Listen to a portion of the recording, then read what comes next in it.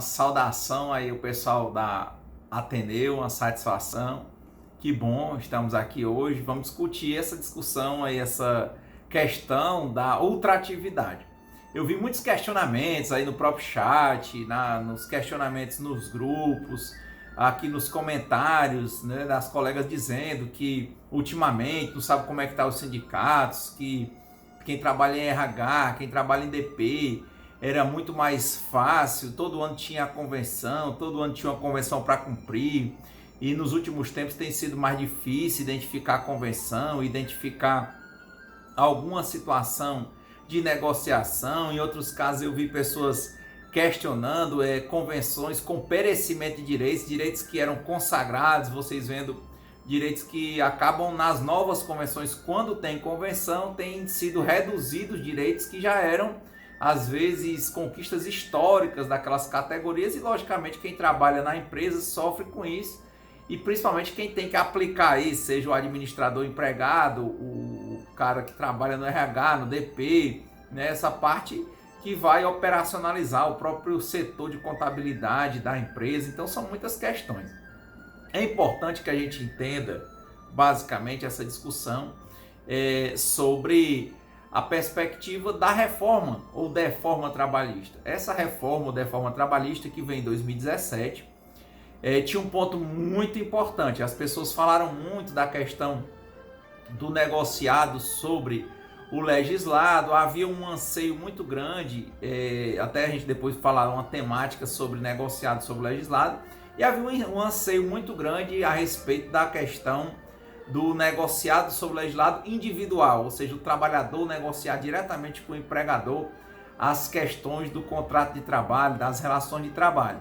E começou a se perceber que, na verdade, grande parte dos trabalhadores não estaria nem sequer contemplado na reforma trabalhista da CLT, no sentido de fazer negociações diretas, e continuaria necessitando dos dispositivos de acordo ou convenção coletiva de trabalho.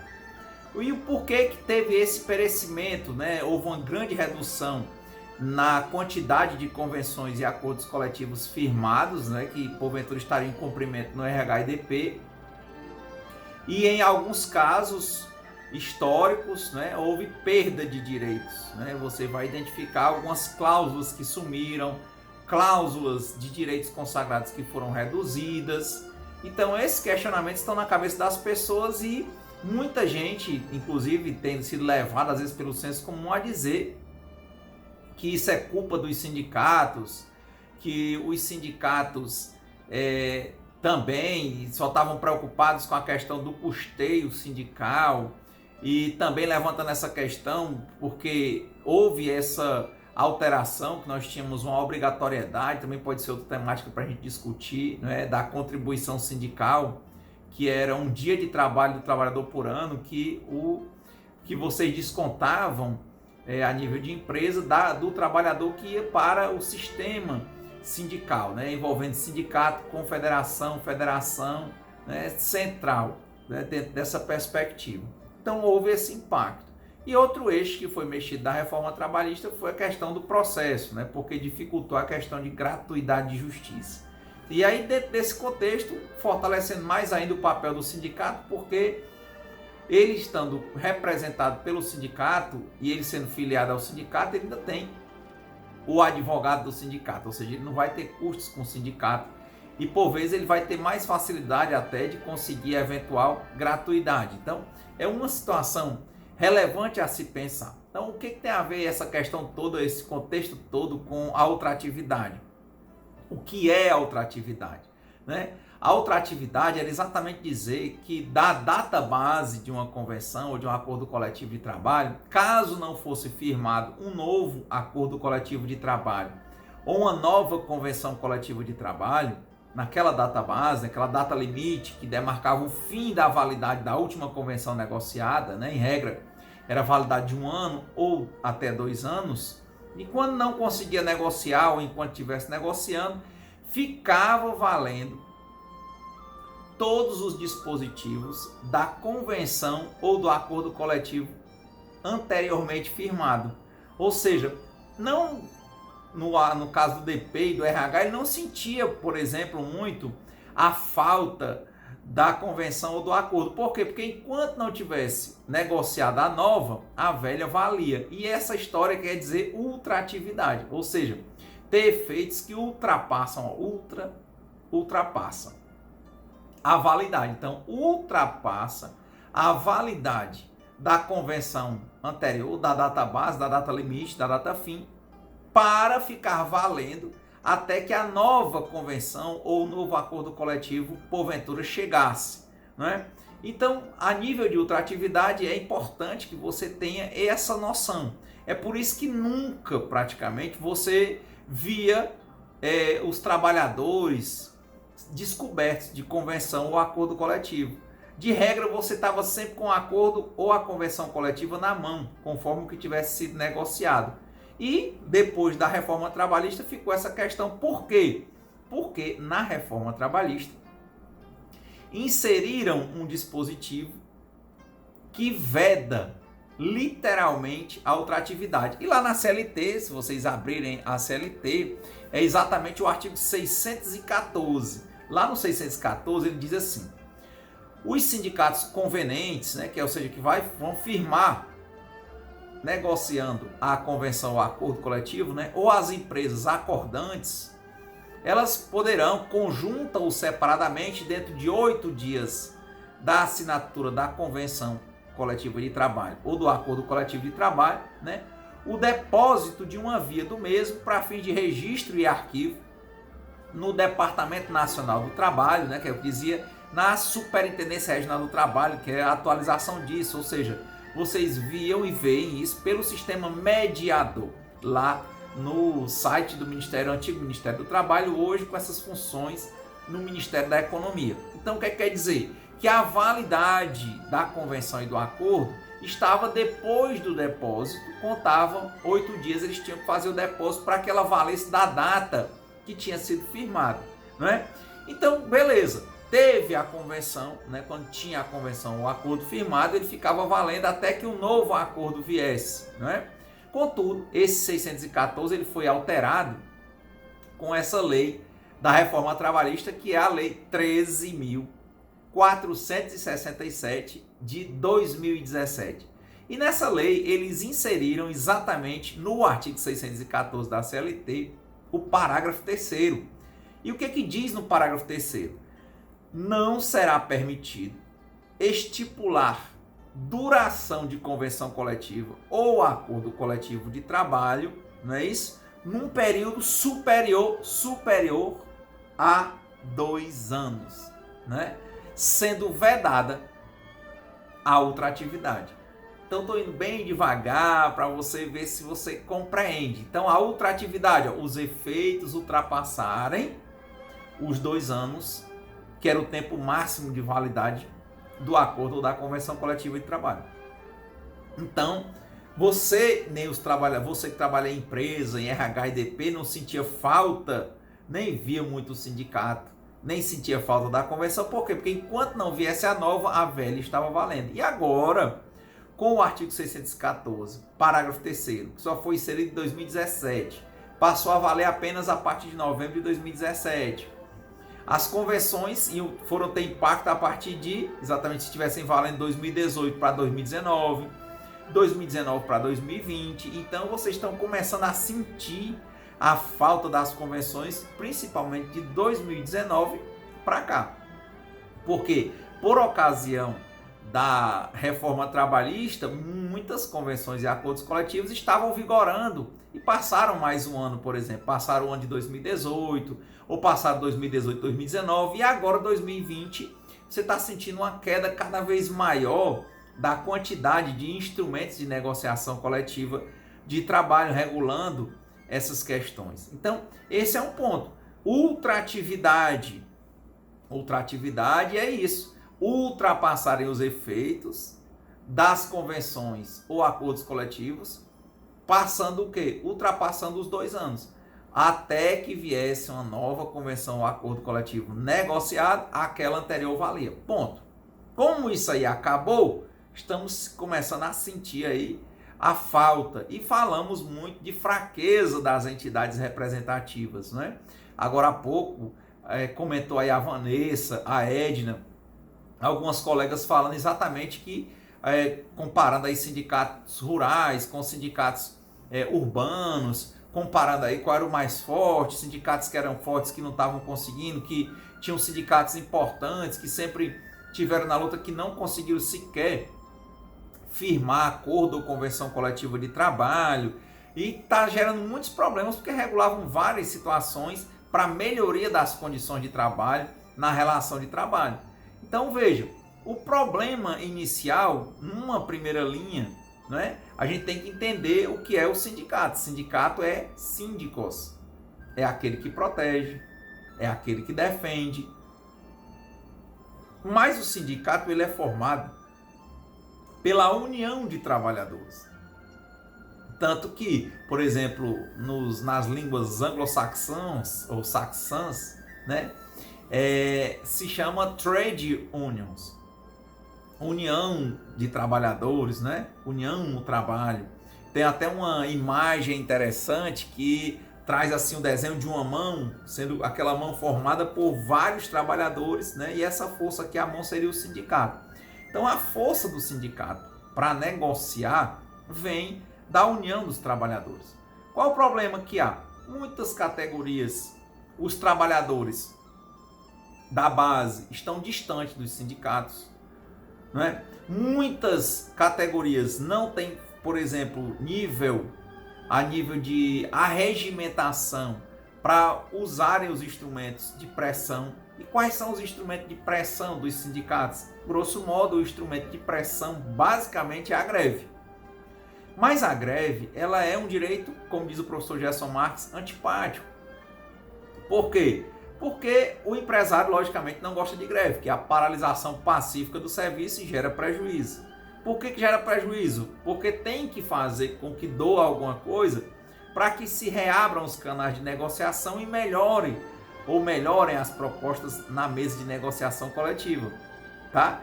Então, ela é antipática para o empregador. Ela é antipática para o trabalhador, por quê? Porque ele fica morrendo de medo de perder o emprego, e há muitas perseguições. Às vezes, e em regra, né, a legislação, você vai ver que ela impede a despedida durante a greve do trabalhador, porque ele está com o contrato, em regra, suspenso. Contudo, as condutas antissindicais e as perseguições, né, o assédio moral relacionado, por exemplo, a quem participa de uma greve, não vai acontecer necessariamente quando a greve está acontecendo, mas as perseguições vêm depois. Então, o direito de greve também se torna antipático para o trabalhador. Por quê? Porque ele fica com medo de ser visualizado, perseguido. Ele já também não vai conversar diretamente com o patrão, a gente falou isso numa conversa passada, né, sobre a importância e o papel do sindicato, porque ele fica identificado. Então, pessoalizado, ele tende a ser perseguido, e muitas vezes ele pode ser despedido, inclusive sem justa causa. Não é? Por quê? Porque essa questão no Brasil de ter a despedida sem justa causa, ela acaba mascarando condutas antissindicais, por exemplo. Né? A pessoa ser perseguida porque foi negociar com o patrão, ou porque se filiou a um sindicato, ou porque participou de uma greve, por exemplo. Né? Então, como existe na legislação essa figura jurídica chamada despedida sem justa causa, então a pessoa depois não precisa dizer nada, simplesmente despede o empregador. Mas os motivos dela, né, que nem sempre a gente consegue provar, são esses, né? Porque a pessoa está vinculada ao sindicato, ou porque ela participou de uma greve ou de uma reunião sindical, tá? Então, dentro desse lado, né, a força sindical vem da união dos trabalhadores que se cotizam por essa parte para manter a estrutura do sindicato. E mais importante ainda é a força deles a nível de terem consciência e união para, por exemplo, se for necessário, não houver, a empresa se recusar, ou o conjunto de empresas, ou o sindicato patronal, se recusar a sentar para firmar um instrumento de negociação coletiva, ou seja, se recusarem a sentar na mesa de negociação para fazer o acordo coletivo de trabalho, se for o sindicato dos trabalhadores com a empresa, ou a convenção coletiva de trabalho feita pelo sindicato dos trabalhadores com o sindicato dos empregadores, qual é a arma que o sindicato tem? Ele não pode fazer boicote, os trabalhadores também não podem, porque se eles forem fazer boicote, né, que exatamente minar o serviço, né? Por exemplo, com relação à concorrência e tudo, eles vão ser despedidos por justa causa. Então não pode ser boicote. Não pode quebrar as máquinas, né? Quer dizer que é a sabotagem. A lei veda expressamente. Não. O que ele pode fazer? Ele pode pressionar com um instrumento pacífico chamado greve. Mas a greve, como a gente falou há pouco, ela é um instrumento jurídico, é um movimento paredista, pacífico, né, que gera o prejuízo porque o trabalhador não vai trabalhar e não pode ser dispensado enquanto está de greve. Então vejam, pode gerar perseguições. Então, grande parte dos trabalhadores, quando fala a palavra greve, ele já até se arrepia, com medo, diante da questão da hipossuficiência e das perseguições recorrentes. Então, é nesse sentido que você começa a imaginar. Quando você imagina lá na ponta, na empresa, né, alguém no RH ou no DP, né, o administrador, o contador, o advogado lá da empresa, que ele não vê hoje com tanta facilidade, ou se ele identifica no canto específico, a falta, a ausência de uma convenção coletiva de trabalho ou de um acordo coletivo de trabalho, ele imediatamente vai pensar, é uma fraqueza do sindicato. Aí ele tem que refletir sobre o que é o sindicato. De novo, o sindicato é aquele que protege e defende, mas ele defende como? Com a união dos trabalhadores. União que banca o sindicato a nível de contribuir com as associações, filiações, com a contribuição sindical e outras contribuições a mais, doações e tal, e com o poder de se juntar, né? Os trabalhadores se juntarem para quando, por exemplo, o sindicato, depois de fazer uma assembleia, tirar uma pauta de negociação coletiva em que ele diga, né, as pessoas votem e demonstrem o que elas querem de melhoria. Por exemplo, pode aumentar o valor da hora extra, pode regular, por exemplo, dias feriados, pode, por exemplo, identificar quais são os itens que vão compor a cesta básica, pode prever liberação, né, vários ganhos sociais para o trabalhador que estuda, dias de prova. Então, tudo isso vem no acordo ou na convenção coletiva. Então, nesse momento, né, quando você vê a carência, né, a ausência de uma convenção ou de um acordo coletivo lá no seu setor, você vai imaginar o quê? O sindicato não conseguiu negociar com a empresa. Por quê? Ou a empresa, em regra, né, a empresa não quis negociar. E por quê? Porque ela não é obrigada, grosso modo, a abrir mão do que ela quer, não é? Então, ela não quis negociar, ou quando chegou na mesa de negociação, ela não aceitou as propostas dos trabalhadores. Ou pode ser, inclusive, que ela tenha feito propostas que, ao invés de melhorarem as condições de trabalho dos trabalhadores e das trabalhadoras, ela pode ter chegado na mesa de negociação e apresentado propostas que, na verdade, ao invés de melhorar as condições de trabalho, iam degradar a situação das pessoas na relação de trabalho. E aí o sindicato, como está ali para proteger, pode ser que ele não tenha aceitado. Resultado, o que ele pode fazer? Ele que fez uma assembleia com os trabalhadores e com as trabalhadoras para discutir, para votar o que eles queriam para melhoria, às vezes até para repetir o que já tinha, já que a validade só é até 2 anos do instrumento de convenção coletiva ou do acordo coletivo passado, né? Como eu disse há pouco, o 614, parágrafo 3º da CLT, depois de 2017, quer dizer, o limite é de 2 anos. Então ele leva às vezes para repetir a convenção anterior, e a empresa chega e diz que não vai repetir. Por exemplo, chega, ela diz que vai reduzir, ou que não vai mais ter convenção. O que é que o sindicato pode fazer?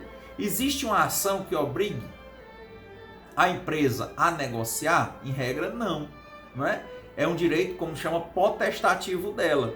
E o que é que fazia as empresas negociarem? Era exatamente quando ela sai da negociação e há, por exemplo, uma greve forte, bem organizada, ela reabre os canais de negociação, porque para evitar mais prejuízo, a empresa se dispõe a negociar. Foi o caso do vídeo Greve, como funciona. Você bota aí Greve, como funciona no YouTube, Clóvis Renato. Até num debate com vocês, eu já apresentei esse vídeo, vocês já viram. Tem aí muitos casos que eu apresentei uma greve de começo, meio e fim, que aconteceu em 2014 na CSP, e o prejuízo gerado pela greve diária era de R$500 mil. E houve uma paralisação que durou 23 dias. E diante da força da greve, mesmo a lei e a jurisprudência possibilitando o não pagamento dos dias parados pela força do movimento de pressão. A greve acabou com a empresa, inclusive, pagando, reabriu o canal de negociação, conseguiu aprovar a pauta e firmar o acordo coletivo de trabalho lá para o site, não é? E ainda resolveu-se por pagar os 23 dias parados, senão os trabalhadores não voltariam ao trabalho. Então veja, o sindicato é forte quando ele está próximo da base e quando a base está consciente e disposta para fazer esse enfrentamento. E praticamente a única chave, né, que ele tem, a chave mais forte, né, para tentar afrouxar essa negociação, para tentar melhorar, é a greve. Mas para fazer a greve, ele precisa dos trabalhadores.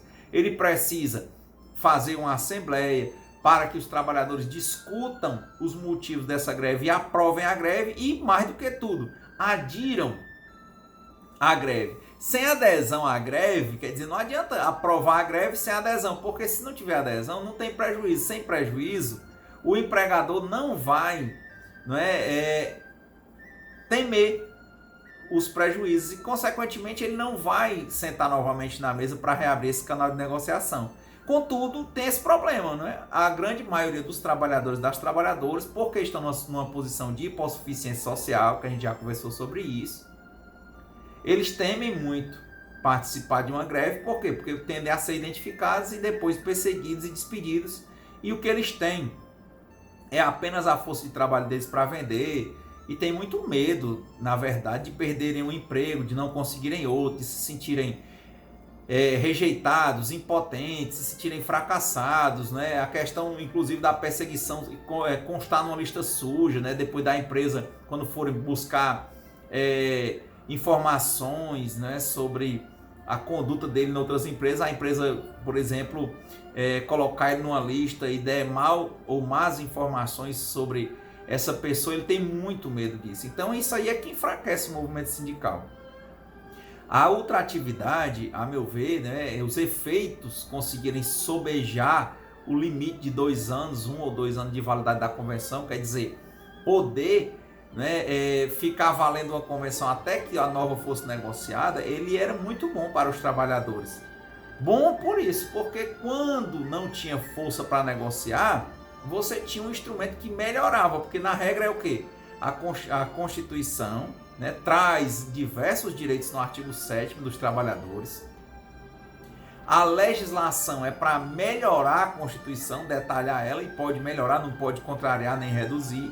E a convenção e o acordo coletivo era para melhorar mais ainda, inclusive a legislação. Como eu disse, se uma hora extra é de no mínimo 50%, se é no mínimo 50%, pelo acordo ou a convenção coletiva você pode negociar, por exemplo, a mais. Naquele caso lá da CSP, do PECEM, o Sintepav na época, tinha uma convenção que tinha negociado o valor da hora extra a 120%. 120% do valor da hora normal trabalhada. Veja uma vitória, mas você vê o tamanho do movimento. É sempre importante reassistir aquele vídeo greve, como funciona, Clóvis Renato, lá no YouTube, lá no canal, que a gente tem, que sempre convida vocês. Se vocês quiserem, inclusive, visitar mais vídeos, é só entrar lá no site clovisrenato.com.br. Então, basicamente, o que vocês estão sentindo a nível de falta de acordo e convenção, não se pode dizer que é uma fraqueza do sindicato apenas, né? Por quê? Porque a grande discussão é: o sindicato tem força com a União dos Trabalhadores, e o instrumento que ele tem para pressionar a empresa para a negociação coletiva é a greve. E a greve tende a expor muitos trabalhadores, e os trabalhadores tendem a ficar com muito medo.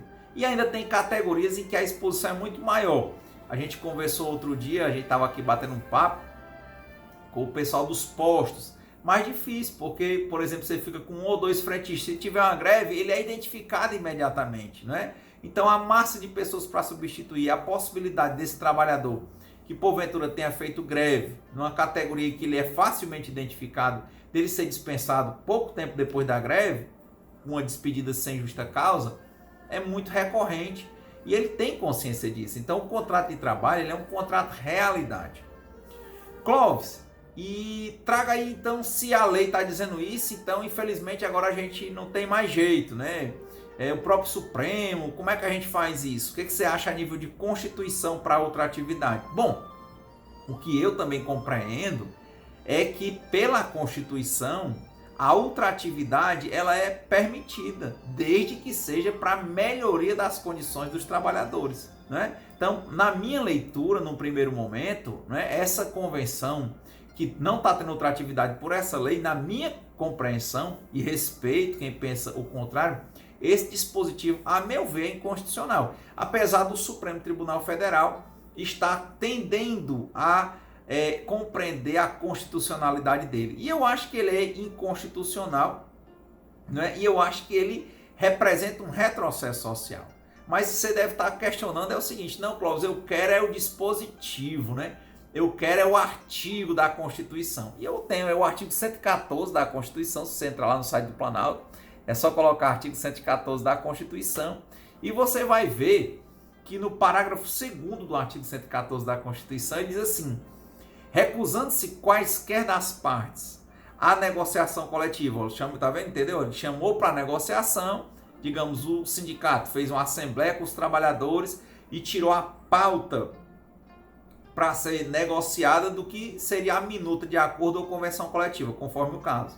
Aí, digamos que a empresa se negou à negociação e nem quis mandar isso para a via da arbitragem, né? Aí diz assim: é facultado às partes ajuizar o dissídio coletivo de natureza econômica, podendo a Justiça do Trabalho decidir o caso, né? Sendo que para ter esse dissídio coletivo tem que ter o comum acordo, ou seja, tem que haver acordo da empresa e dos sindicato dos trabalhadores ou do sindicato dos trabalhadores, se for uma convenção coletiva, e o sindicato dos empregadores para entrar com o dissídio.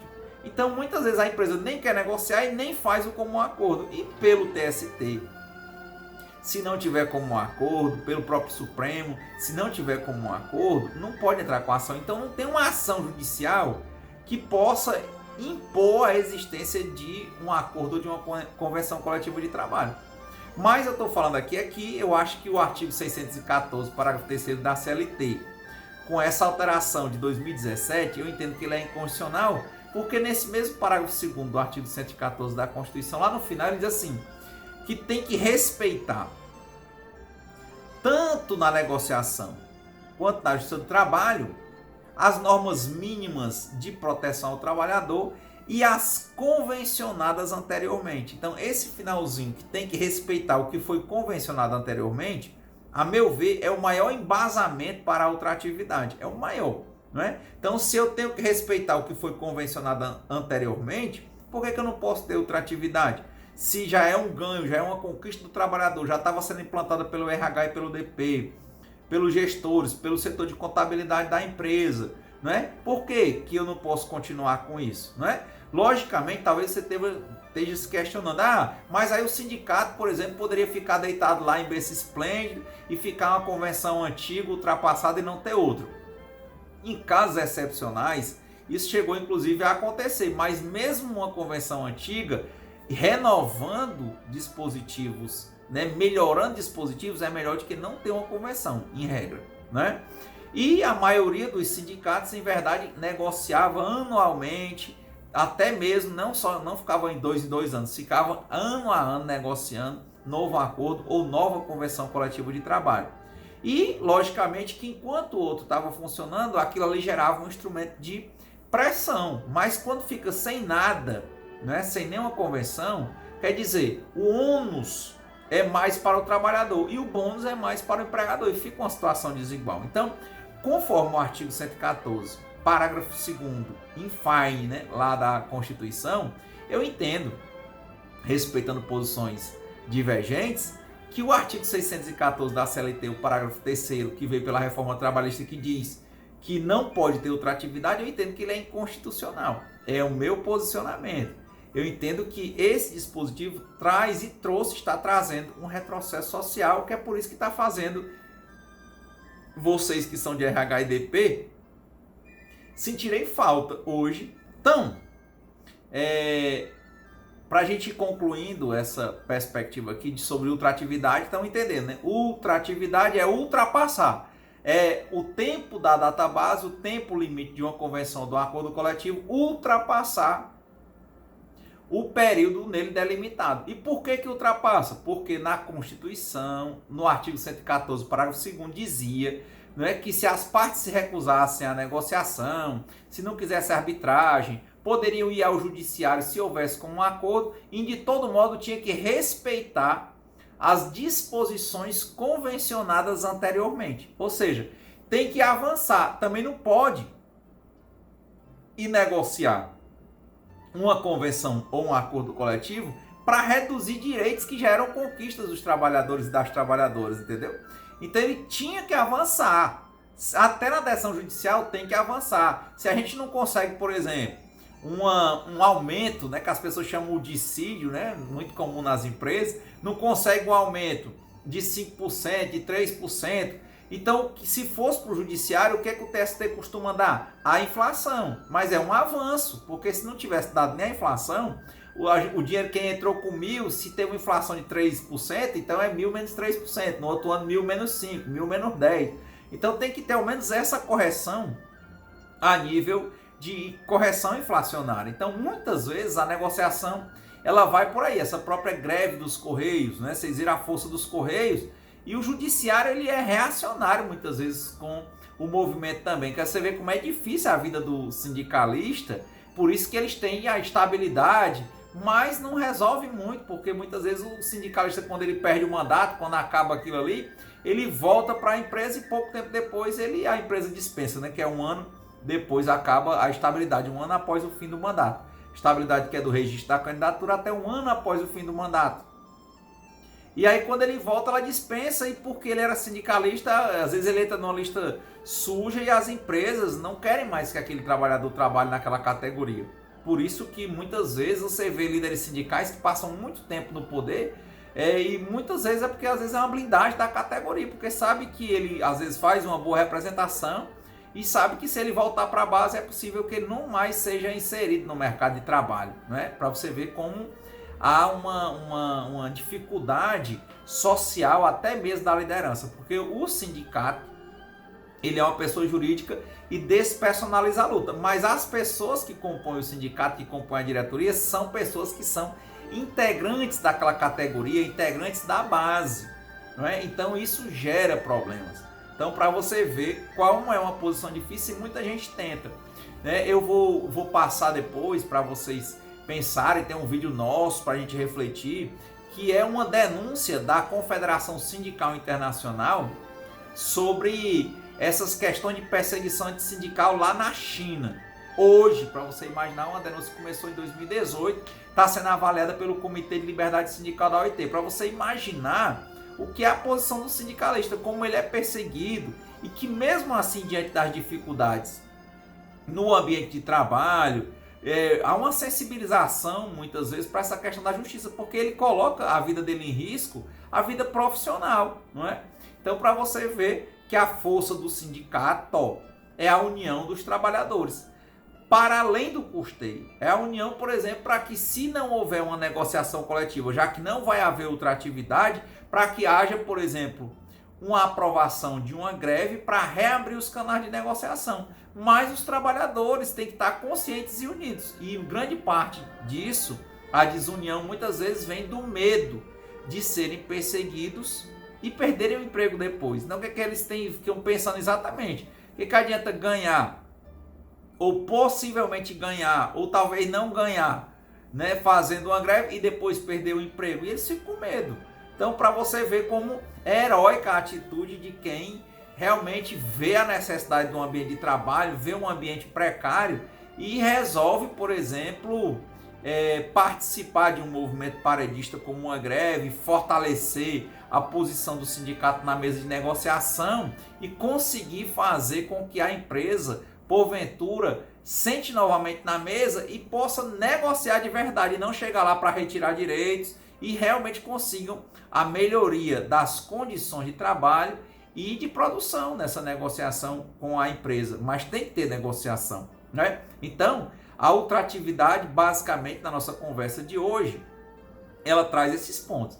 Em resumo, ultratividade, mais uma vez, é ultrapassar a validade de uma convenção coletiva de trabalho ou de um acordo coletivo, a validade que nela está colocada.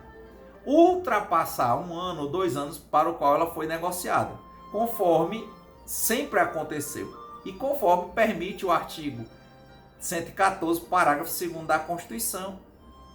Contudo, em 2017, com a reforma trabalhista, houve essa alteração no artigo 614, inserir esse parágrafo 3º, dizendo que não pode haver ultratividade e que a duração máxima de uma convenção ou de um acordo, um instrumento de negociação coletiva, é de 2 anos. Então, dentro dessa perspectiva, a saída para termos mais instrumento de negociação é a união dos trabalhadores para fortalecer a posição do sindicato. Bom, talvez você esteja se questionando assim, mas mesmo a gente sem fazer greve em determinadas categorias, sem expor tanto os trabalhadores, sem precisar de usar dessa última ratio, né, esse instrumento tão pesado, tão difícil, que gera tanto medo nas pessoas no ambiente de trabalho, que é a greve, por exemplo, como é que alguns sindicatos ainda estão conseguindo negociar? Muitos estão conseguindo porque fazem greve, outros estão conseguindo, por exemplo, porque há determinadas coisas que a lei impõe que só podem ser realizadas por meio de convenção. Aí quando se torna interessante para a empresa, por exemplo, vou lhe contar um caso, a abertura do comércio, né? Diz a lei que o comércio, para abrir nos feriados, só pode mediante negociação coletiva. Então, para abrir no feriado tem que ser negociado. E geralmente você, por exemplo, pegar convenções como a dos comerciários, o valor da hora trabalhada no dia feriado é maior do que o horário trabalhado no dia normal. Eles recebem bônus, tem lá na convenção. Às vezes tem, inclusive, por exemplo, o valor pago para almoço diferenciado, porque às vezes o lugar onde eles trabalham, onde tinha alimentação, era mais difícil, né? Às vezes há uma troca por outro dia, e é isso que consta no acordo e na convenção coletiva de trabalho. Então, o comerciante, por exemplo, ele precisa da negociação ainda, né, na nível da lei, para abrir no feriado. E o sindicato faz essa negociação para a melhoria dessas condições e delimitar melhor, certo? Então, muitos estão negociando por quê? Para abrirem nesses dias. Outros, por exemplo, vocês devem ter visto que com a legislação nova, né, a reforma trabalhista, o banco de horas pode ser negociado individualmente a questões até 6 meses. Mas empresas que costumam fazer habitualmente horas extraordinárias precisam de bancos de horas que passem disso, né, que durem 1 ano, 2 anos, né, às vezes trabalham 1 ano para começar a compensação em período posterior, e para fazer isso tem que ter negociação coletiva com o sindicato. Então, alguns pontos restaram que para alguns segmentos fazem com que as empresas se abram mais para a convenção. E outros que não têm tanta necessidade desses pontos dificultam muito a mesa de negociação. Então, basicamente é isso. A ultratividade era muito importante, eu entendo que ela ainda é muito importante, ela é constitucional, mas hoje ela é ilegal, né? Para avaliação do que eu disse, eu entendo que a ilegalidade que está aí na CLT hoje, depois de 2017, ela é inconstitucional, mas só quem pode dar a última palavra sobre isso não sou eu, é o Supremo, e até agora o Supremo ainda não declarou isso inconstitucional. Tá? Então é por isso que estamos tendo dificuldade e no momento a ultratividade está limitada.